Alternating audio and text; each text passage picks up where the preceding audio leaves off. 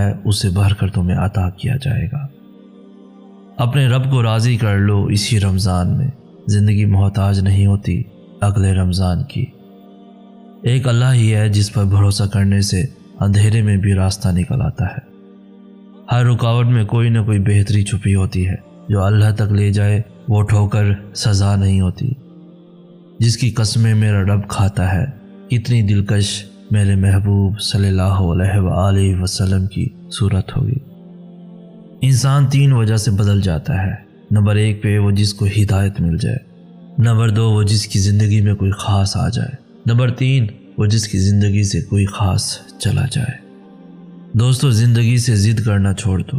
کچھ صلے اس جہاں کے لیے نہیں ہوتے، سبھی خواہشیں اس دنیا میں پوری ہونے لگیں تو پھر اگلے جہاں کے لیے کیا باقی رہ جائے گا؟ کیونکہ زندگی جب کچھ دیتی ہے تو احسان نہیں کرتی، اور جب کچھ لیتی ہے